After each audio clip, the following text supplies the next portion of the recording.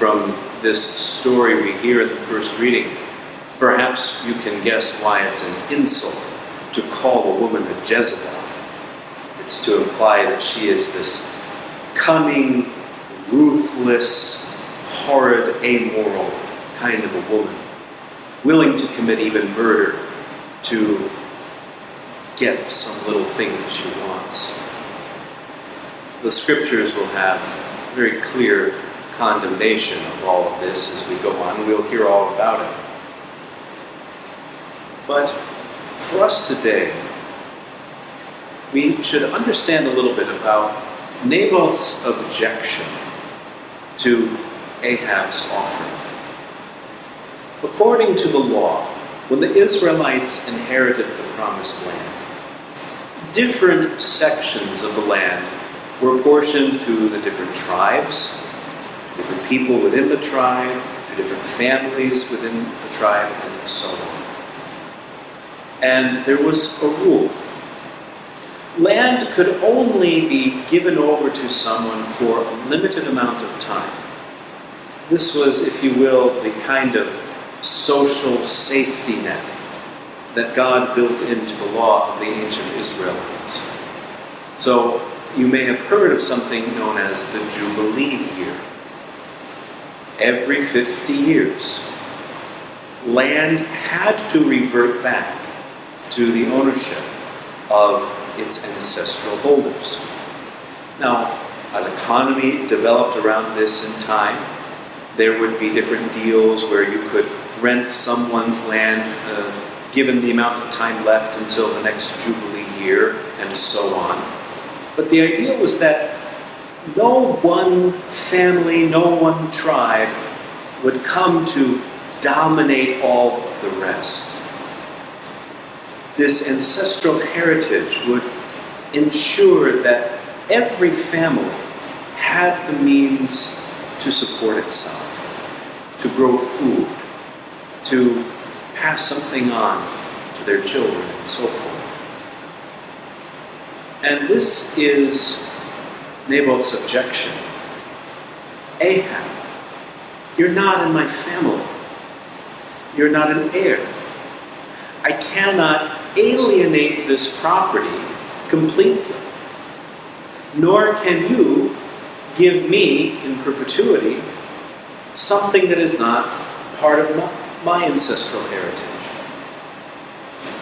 We don't know whether Ahab was ignorant about this, or whether it's probably more likely he knew and just simply did not care.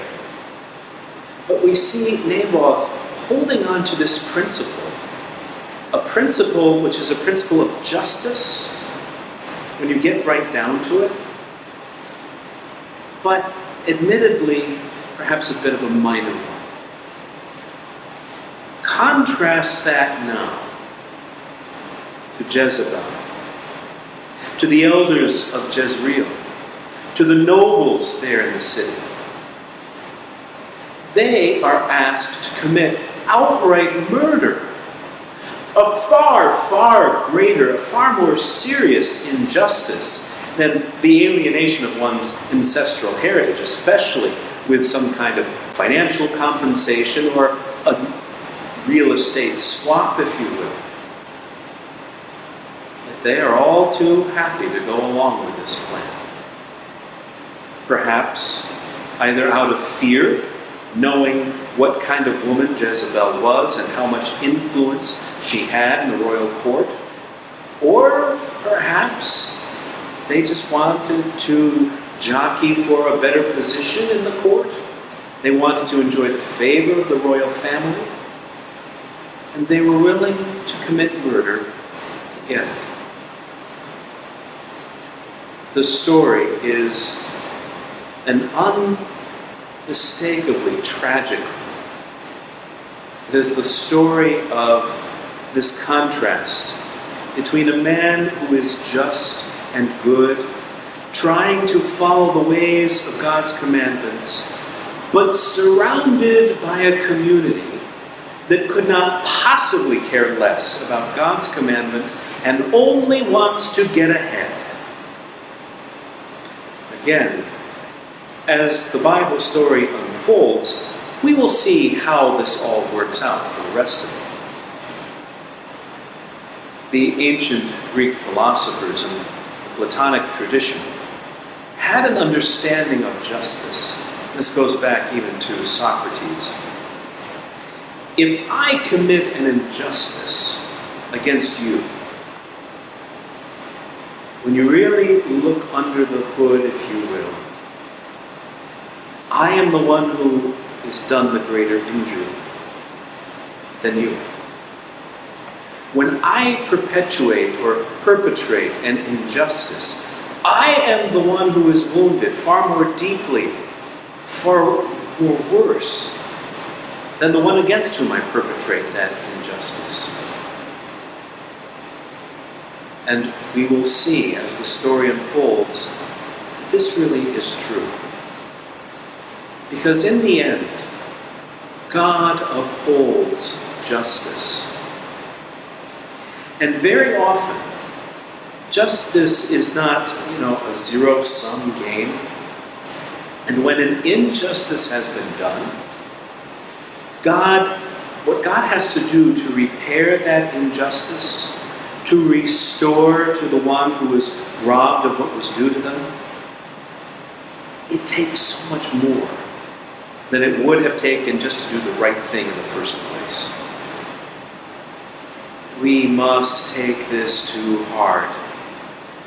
We must. All too often, either as individuals, as disciples, and in our struggles with sin and so on, we choose the path of least resistance. We take the easy way out. Sometimes it's because we are afraid. Sometimes it's because we have disordered desires and we allow ourselves to fall into temptation. Sometimes, though, we do participate in things just with a spirit of neglect, and we don't really pay attention to what it is that we are really either putting out into the world or asking the world to give us. And when we do that, even out of neglect, even without intention, we do such incredible damage to the world around us.